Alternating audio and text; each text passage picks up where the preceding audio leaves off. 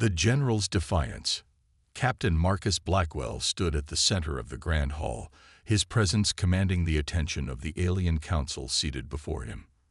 The room, vast and intimidating, was filled with representatives from dozens of star systems, each one staring down at him with a mixture of curiosity and disdain.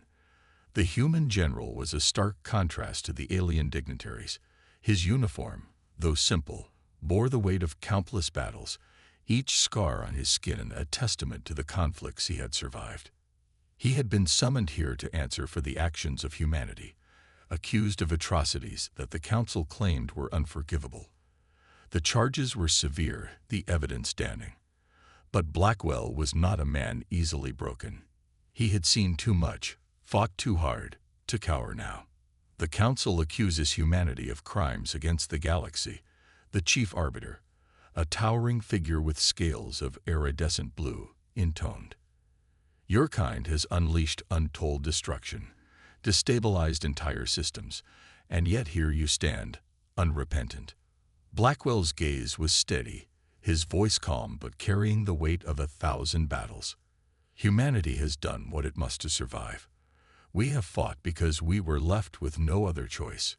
When the Kiran assaulted our worlds, when they butchered our people, where was the council then? Where were you when we begged for aid? The silence in the chamber was deafening. The council had no answer to his question, for they had indeed turned their backs on humanity in its darkest hour. They had watched as the Kiran Empire ravaged human colonies, doing nothing to stop the carnage. Your defense is one of necessity, the arbiter continued, his tone colder. But necessity does not excuse the obliteration of entire civilizations. Blackwell's fists clenched at his sides. We have not obliterated civilizations, we have defended our own. The Kiran sought to exterminate us, and we pushed them back. We did what we had to, not just for ourselves, but for the survival of countless others who would have been next on their list. As he spoke, Blackwell's mind flashed back to the countless battles he had led, the faces of those who had fought and died under his command. He remembered the cries of the wounded, the shattered remnants of once thriving worlds. He remembered the promises he had made to the survivors, that their sacrifices would not be in vain. The council shifted uneasily, the weight of Blackwell's words pressing down on them. They had underestimated humanity, thought them weak and easily broken. But they were learning now, too late, that humans were far more resilient than they had ever imagined. In our darkest hour, Blackwell continued, his voice rising, we stood alone. We bled and died for the right to exist. And now you dare to judge us for fighting back, for refusing to be extinguished. There was a murmur among the council members, a ripple of discomfort that spread through the chamber. They had expected Blackwell to plead, to beg for mercy. Instead, he was challenging them, forcing them to confront their own failures. Humanity is not the monster you believe us to be, Blackwell said, his gaze sweeping across the room. We have defended ourselves, yes, but we have also offered a hand in peace. We have sought alliances, tried to build a future where all species can thrive. But every time we extend that hand, it is slapped away. So we are left with no choice but to defend ourselves, with everything we have. The arbiter's expression was unreadable, his eyes locked on Blackwell's. And yet your kind continues to amass weapons of unimaginable power. You build fleets, you conquer worlds. How is that not a threat to the peace we seek to maintain? Blackwell shook his head. We build to survive. We arm ourselves because the galaxy has shown us time and again that it is a dangerous place. The Kiran, the Zulani, the Vrak, every one of them sought to wipe us out. We learned quickly that in this universe, peace is a fleeting illusion, and survival demands strength. The council was silent, the weight of Blackwell's words hanging in the air. They were not accustomed to being challenged in this way, especially not by a human. But Blackwell had no intention of backing down. He had come here to defend humanity, and he would do so with every breath in his body. The truth is, Blackwell said, his voice dropping to a near whisper that somehow echoed through the hall, you fear us. You fear what we are capable of. And you should. Because humanity, when pushed to the brink, will not go quietly into the night. We will fight. We will survive. And we will thrive. The arbiter's gaze narrowed, but before he could speak, Blackwell took a step forward, his voice filled with a fierce determination. You think you can judge us, but you cannot begin to understand what we have been through. We have faced extinction and emerged stronger. And now we stand here, not as the aggressors you paint us to be, but as survivors, ready to defend our right to exist in this galaxy. There was a long pause as the council members exchanged glances, their minds racing to process what Blackwell had said. They had expected a broken man, a defeated race. Instead, they found themselves facing a force they had never anticipated. A humanity, unbowed, unbroken, and ready to face whatever came next. Echoes of betrayal. The council chamber remained silent, the weight of Captain Marcus Blackwell's words still hanging in the air like a storm cloud. The alien dignitaries, once confident in their judgment, now found themselves shaken, uncertain of the path forward. The human general had spoken with a conviction that was impossible to ignore, and it had left them questioning their own perceptions of humanity. But not everyone in the chamber was swayed. At the far end of the room, Councillor Virex, a being of tall, slender stature with skin the color of molten gold, leaned forward in his seat, his eyes narrowing as he studied Blackwell. There was something in the human's words that struck a chord with Virex, an uncomfortable truth that he had long tried to bury. What do you know of betrayal, human? Virex's voice was sharp, cutting through the silence like a blade. You speak of survival, of defending your kind, but do you truly understand the depths of treachery that exist within your own species? Blackwell's gaze shifted to Virex, his eyes locking onto the counselors with an intensity that made the air crackle with tension. I know more than you could ever imagine, he replied, his voice steady. Betrayal is not unique to humanity. It is a universal affliction, one that has touched every race in this galaxy. But we do not let it define us. We rise above it, and we learn from it. Virex scoffed, a sound of disbelief tinged with bitterness. Is that what you tell yourself to sleep at night, General? That you are somehow above the darkness that festers within your kind? Tell me, how do you reconcile the actions of your own leaders, those who have sacrificed millions for their own gain?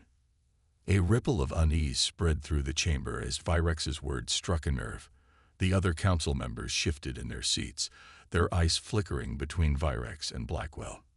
They knew what Virex was referring to, the shadowy dealings, the secret alliances, the betrayals that had stained humanity's history, but they had not expected Virex to bring it up so boldly. Blackwell's jaw tightened, his fists clenching at his sides. He had come to this tribunal prepared to defend humanity against external accusations, but Virex's words cut deeper. They were a reminder of the internal struggles, the betrayals that had cost lives and shattered trust. Humanity is not perfect, Blackwell admitted, his voice low but filled with resolve. We have made mistakes, and we have paid the price for them. But those who have betrayed us, those who have sacrificed the lives of others for their own gain, they are not the ones standing here today. I am, and I stand for the millions who have fought and died for a future free from such treachery. Virex's eyes gleamed with a cold, calculating light. And yet, here you are, defending the actions of those who would see your kind destroyed for their own benefit. Tell me, General, how do you reconcile that? Blackwell took a deep breath, his gaze never wavering from Virex. I reconcile it by ensuring that those who betray us are held accountable, by making sure that the sacrifices of the innocent are not in vain, by fighting for a future where such betrayals are no longer possible. The chamber fell silent once more, the tension thickening as the council members absorbed Blackwell's words.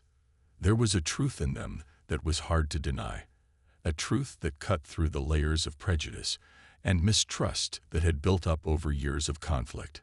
But Virex was not done. He leaned back in his seat, a smirk playing on his lips. And what of the betrayal that brought you here, General? The one that nearly cost your people everything. Do you truly believe that those responsible will ever be held accountable? Blackwell's expression hardened, memories of the past flashing through his mind.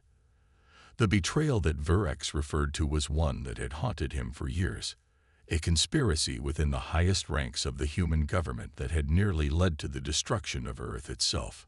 It was a wound that had never fully healed, a scar that reminded him every day of the cost of trust misplaced. But he could not let that wound define him. He had a duty to his people, to the countless lives that depended on him.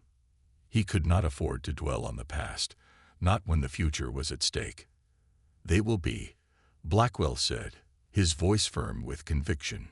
Maybe not today, maybe not tomorrow, but they will be. Because humanity does not forget. We do not forgive those who have betrayed us, and when the time comes, we will see justice served. Virex's smirk faded, replaced by a thoughtful frown. He had expected to shake Blackwell, to force him to confront the darkness within his own people. But instead, he found himself facing a man who had already faced the darkness and emerged stronger for it. The other council members remained silent, their gazes fixed on Blackwell.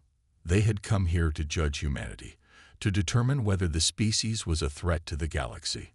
But now they were beginning to realize that the true threat might not be humanity itself, but the forces that sought to manipulate and control it. For a moment, the chamber was filled with a heavy silence, the air thick with unspoken thoughts.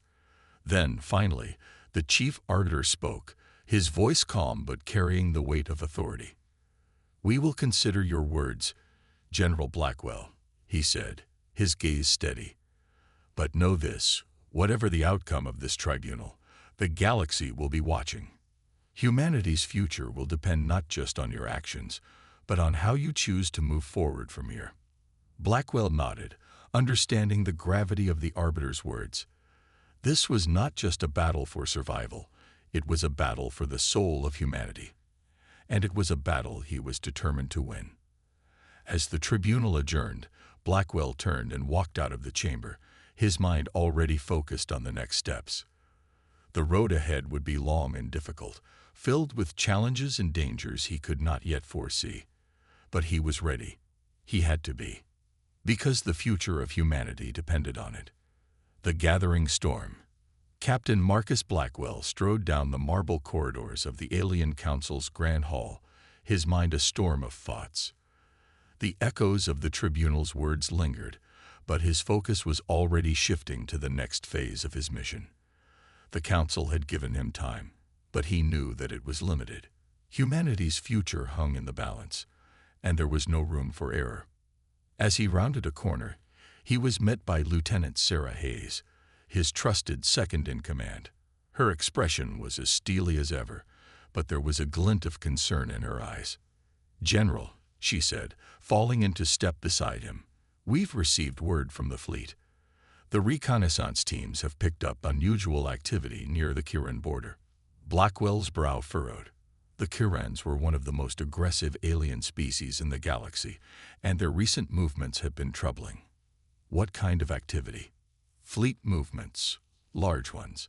It looks like they're mobilizing for something big, and we've intercepted communications indicating that they might be planning to strike against one of our colonies. Blackwell clenched his jaw. The Kirans had been a constant thorn in humanity's side, and if they were preparing for an attack, it could be disastrous. Which colony? Farside. Hayes replied grimly. Farside. The very name sent a chill down Blackwell's spine. It was the same colony that had been nearly destroyed years ago, due to betrayal from within humanity's ranks. The scars of that attack had never fully healed, and now it seemed the Kirans were aiming to finish what they had started. "We can't let that happen," Blackwell said, his voice hardening with resolve. "We need to prepare the fleet for immediate deployment. Get me in touch with Admiral Jenkins and have him mobilize all available forces. I want Farside defended at all costs." Hayes nodded sharply. "Yes, sir. And what about the Council? Should we inform them?" Blackwell hesitated. The Alien Council was a powerful entity, but its members were often slow to act, bogged down by politics and bureaucracy. By the time they decided to help, it might be too late. No, he decided. This is our fight. We'll handle it ourselves.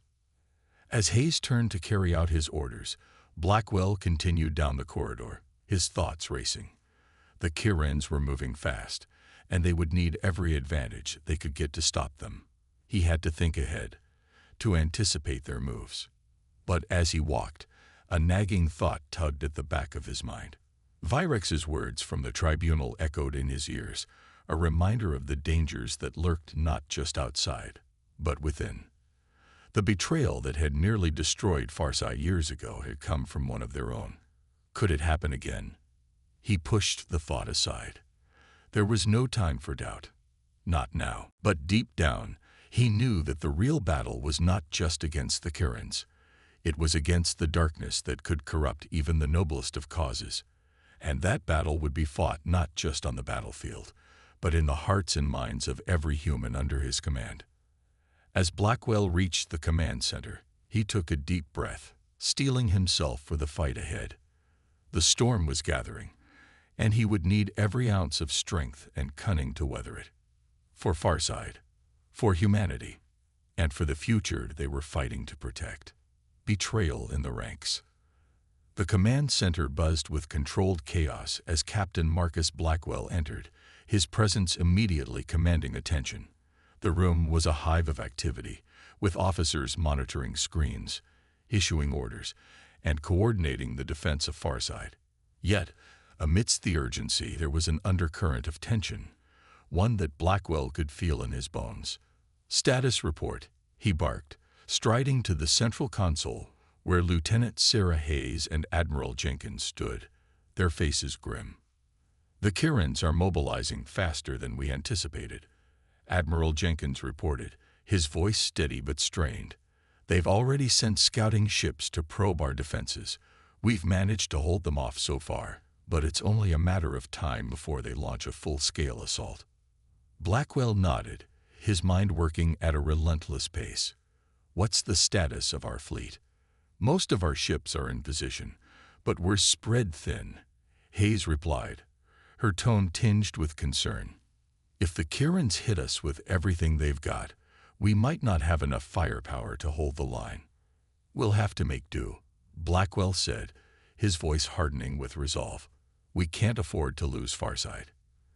If it falls, the entire sector could be at risk."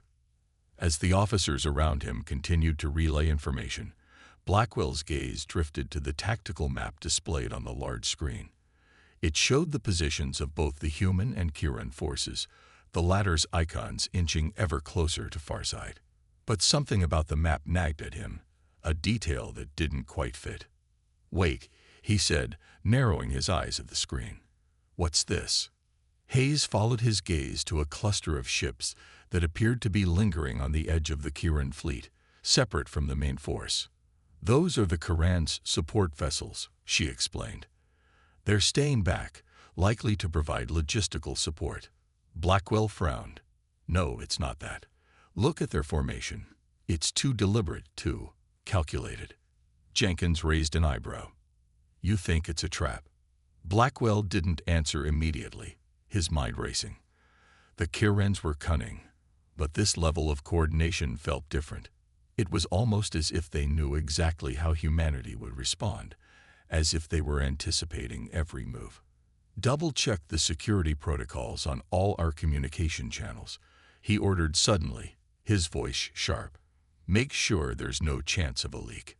Hayes looked puzzled but nodded. "I'll get on it right away." As she moved to execute the order, Blackwell's thoughts darkened. He couldn't shake the feeling that something was wrong, terribly wrong. The Kirans were ruthless, yes, but this operation felt too precise, too informed. The memory of Farsight's previous attack flashed through his mind, the devastation, the betrayal. Could it be happening again? Could there be a traitor in their midst? He couldn't afford to trust anyone completely. Not now. Not when the stakes were so high. As he turned back to the map, Blackwell's resolve hardened. He would protect Farside at any cost, but he would also uncover the truth. If there was a traitor among them, they would be found, and they would pay. But as the hours ticked by and the Kirans closed in, one question gnawed at him. What if he was already too late? The hidden agenda. As the tension in the command center reached its peak, Captain Blackwell's suspicion grew. He couldn't shake the feeling that something, or someone, was manipulating events from the shadows. His instincts told him that the Kirans weren't acting alone. The precision of their tactics, the flawless anticipation of human responses, it all pointed to a deeper conspiracy. He knew he needed answers, and fast. But to find them, he would have to tread carefully. Trust was a luxury he could no longer afford. "Lieutenant Hayes," Blackwell called out, his voice cutting through the ambient noise of the command center. She turned, her expression a mix of exhaustion and determination. "Yes, Captain." "Double-check the security logs for any unusual activity," he ordered. "Specifically, look for any unauthorized access to classified information over the past few weeks." Hayes hesitated for a fraction of a second, then nodded. "I'll get on it immediately." The hidden agenda. As the tension in the command center reached its peak, Captain Blackwell's suspicion grew. He couldn't shake the feeling that something, or someone, was manipulating events from the shadows. His instincts told him that the Kirans weren't acting alone. The precision of their tactics, the flawless anticipation of human responses, it all pointed to a deeper conspiracy. He knew he needed answers, and fast. But to find them, he would have to tread carefully. Trust was a luxury he could no longer afford. "Lieutenant Hayes," Blackwell called out, his voice cutting through the ambient noise of the command center. She turned, her expression a mix of exhaustion and determination. "Yes, Captain." "Double-check the security logs for any unusual activity," he ordered. "Specifically, look for any unauthorized access to classified information over the past few weeks." Hayes hesitated for a fraction of a second, then nodded. "I'll get on it immediately." As she moved to a nearby terminal, Blackwell turned his attention to Admiral Jenkins. "Admiral, I need you to prepare a contingency plan. If the Kirans break through, we'll need to fall back to secondary defensive positions. But more importantly, we need to ensure that any critical intel doesn't fall into enemy hands." Jenkins gave him a measured look. "You're expecting an internal threat." Blackwell didn't bother to deny it. "We can't take any chances. We need to be ready for anything." The Admiral nodded solemnly and began coordinating with his officers. Blackwell watched him for a moment, then moved to his private quarters. He needed to think, away from prying eyes. Once inside, he activated a secure communication line to the only person he could trust completely, his old mentor, Colonel Elena Torres. If anyone could help him make sense of the situation, it was her. The screen flickered to life, and Torres's stern face appeared. Her eyes narrowed as she took in Blackwell's tense expression. "Marcus, what's going on?" "Colonel, I'm in a situation," Blackwell said, cutting straight to the point. "The Kirans are moving on Farside, but their tactics are too precise. It's like they know our every move. I'm starting to think there's a traitor in our ranks." Torres's expression darkened. "That's a serious accusation. Do you have any proof?" "Not yet," Blackwell admitted. "But my gut tells me I'm right. I've ordered a full sweep of our security logs, but I need your help. Can you run a parallel investigation on your end? Dig into any recent communications between our command and any external parties, especially those with ties to the Kirans." Torres nodded. "I'll get my best people on it. But Marcus, be careful. If there's a mole, they'll be watching your every move." "I know," he replied grimly. "That's why I'm keeping this off the official channels. I need to flush them out before they do any more damage." "I'll keep you updated," Torres said, her tone resolute. "Stay safe, Marcus." As the screen went dark, Blackwell leaned back in his chair, his mind racing. He knew time was running out. If the Kirans were working with an inside source, it wouldn't be long before they struck again. This time, with devastating precision. He had to stay one step ahead. But with every passing minute, the noose tightened around Farside, and the weight of responsibility grew heavier on his shoulders. The next move had to be his, and it had to be the right one. Betrayal from within. The Farside defense fleet held its position, waiting for the inevitable Kirin assault. Captain Blackwell stood at the helm of his command ship, eyes fixed on the tactical display.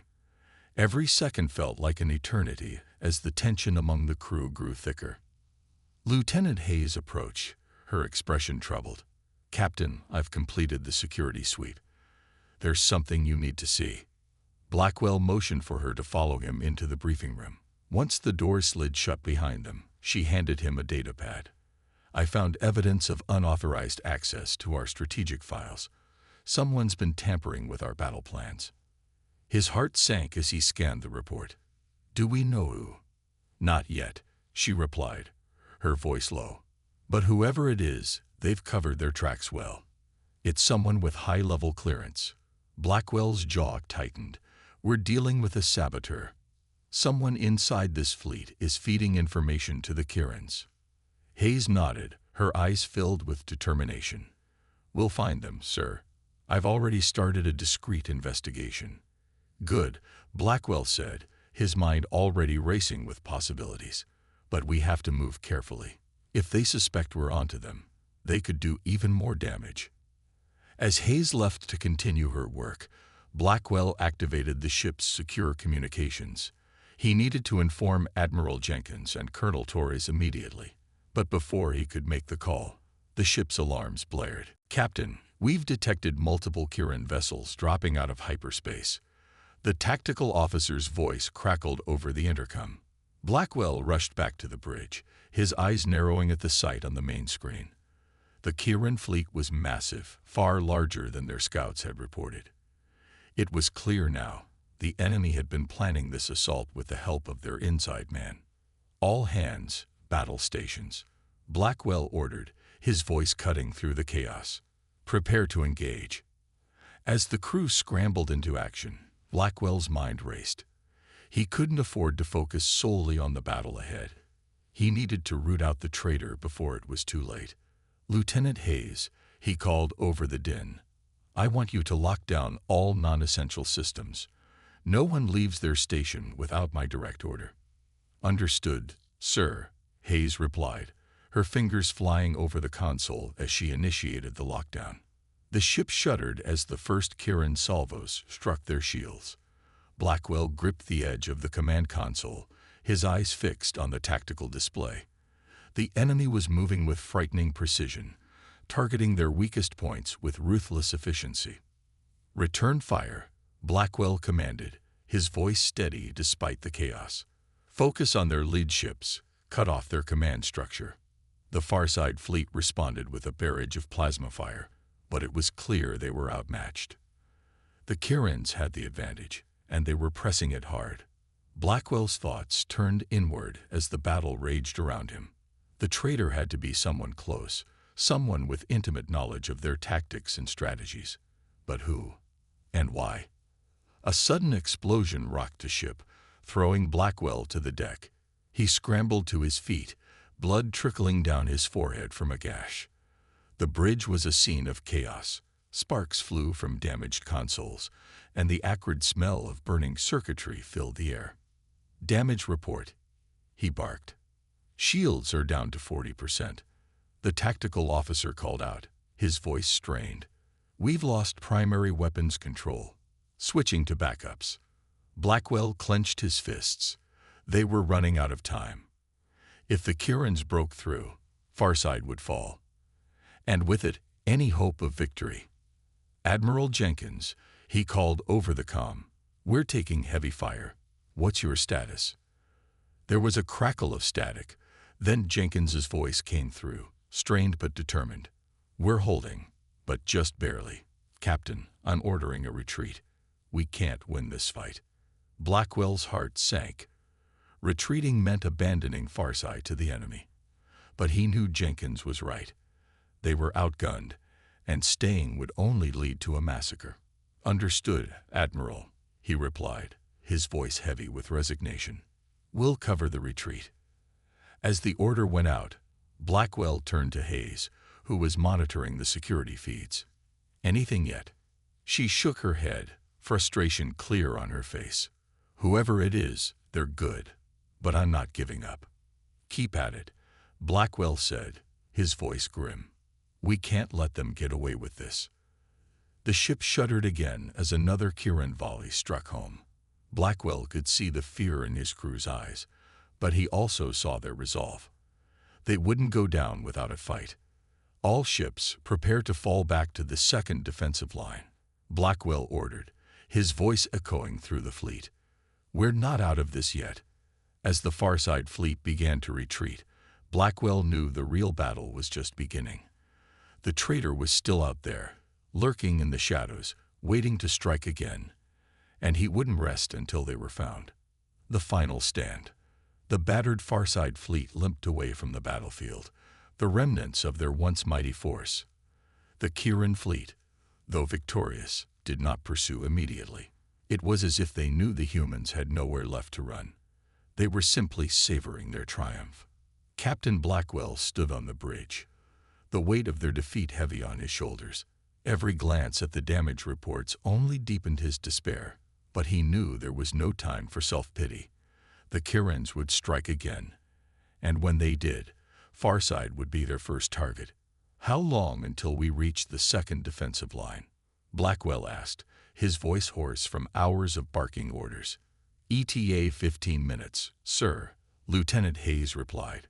She was exhausted, but her resolve was as strong as ever. "The fleet's holding together, but we've taken severe losses. We're down to less than 50% combat effectiveness." Blackwell nodded grimly. "Get me a secure line to Admiral Jenkins and Colonel Torres." The communications officer worked quickly, and soon the faces of Jenkins and Torres appeared on the main screen. Both men looked as battered as Blackwell felt, but their eyes were still sharp, still determined. "Captain," Jenkins began, "what's our status?" "We've fallen back to the second line, sir," Blackwell reported. "But we're not in good shape. We can't hold off another assault like that." Torres, ever the pragmatist, cut in. "We need to make a stand, here and now. If the Kirins push through, Farside is lost. We have to buy time for the evacuation." Jenkins nodded. "Agreed. Captain, I'm ordering all remaining forces to converge on your position. We're going to form a defensive perimeter and hold the line, no matter what." Blackwell knew what that meant. This would be their last stand. There would be no retreat, no reinforcements. If they failed, it was over. "Understood, Admiral," he said, his voice steady. "We'll give them everything we've got." As the call ended, Blackwell turned to his crew. "You heard the Admiral. We're making our final stand. Prepare for battle." The bridge was silent for a moment, the gravity of the situation sinking in. But then, as one, the crew sprang into action. They had been through hell together, and they would face this final challenge with the same unbreakable spirit. Lieutenant Hayes approached Blackwell, her expression serious. "Captain, about the traitor." Blackwell shook his head. "We don't have time. Whoever they are, they'll have to wait. Right now, we need to focus on the Kirins." Hayes hesitated but nodded. "Understood, sir. I'll keep the investigation on hold." As the crew prepared for the coming battle, Blackwell allowed himself a moment to reflect. They had been outnumbered, outgunned, and betrayed from within. But they were still here, still fighting, and as long as they drew breath, they would continue to fight. "Captain, incoming transmission from the Kirin fleet," the communications officer called out. Blackwell frowned.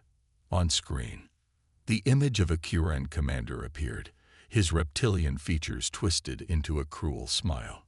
"Humans, your resistance is futile. Surrender now, and we may show you mercy." Blackwell's eyes narrowed. "We will never surrender.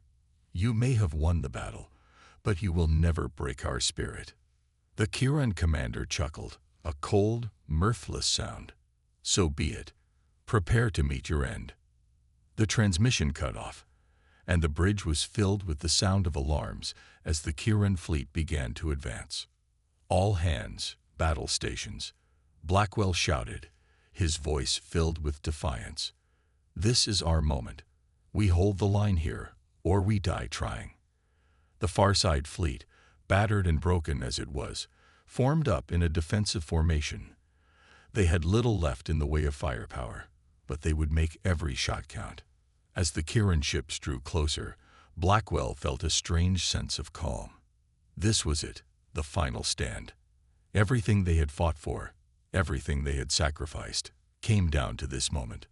"Fire," he commanded, and the Farside fleet unleashed a volley of plasma fire. The Kiran ships returned fire, and the void between them was filled with the deadly dance of energy beams and explosions. The battle was fierce, each side giving as good as they got. But it was clear that the Farside fleet was outmatched. Their ships began to falter, one by one, under the relentless assault. "Captain, we're losing ground," Hayes called out, her voice filled with desperation. Blackwell gritted his teeth. They had known this would be a suicide mission, but they couldn't stop now. They had to buy time for the evacuation. "Hold the line," he roared. "We're not done yet." But even as he spoke, a massive explosion rocked the ship. The main screen flickered, showing the flagship of Admiral Jenkins engulfed in flames. "No," Blackwell whispered, horror filling his heart. Jenkins's ship was their linchpin. Without it, the defensive line would collapse. The Kiran fleet pressed their advantage, pushing the humans back closer and closer to Farside. But just as all seemed lost, a new signal appeared on the tactical display. Blackwell's eyes widened in disbelief as dozens of ships dropped out of hyperspace. "Reinforcements," Hayes cried out in astonishment. "It's the Coalition fleet." The Coalition, made up of various alien species who had been inspired by humanity's resilience, had finally arrived. And they brought with them a force powerful enough to turn the tide. The Kiran fleet hesitated, unsure how to respond to this unexpected development. "All ships, focus fire on the Kiran command vessels," Blackwell ordered, a surge of hope flooding through him. The combined human and coalition forces launched a coordinated assault, their firepower overwhelming the Kirans. One by one, the Kiran command ships were destroyed, throwing their fleet into chaos. Within minutes, the once invincible Kiran armada was in full retreat, fleeing back into hyperspace. The bridge erupted in cheers as the Farside fleet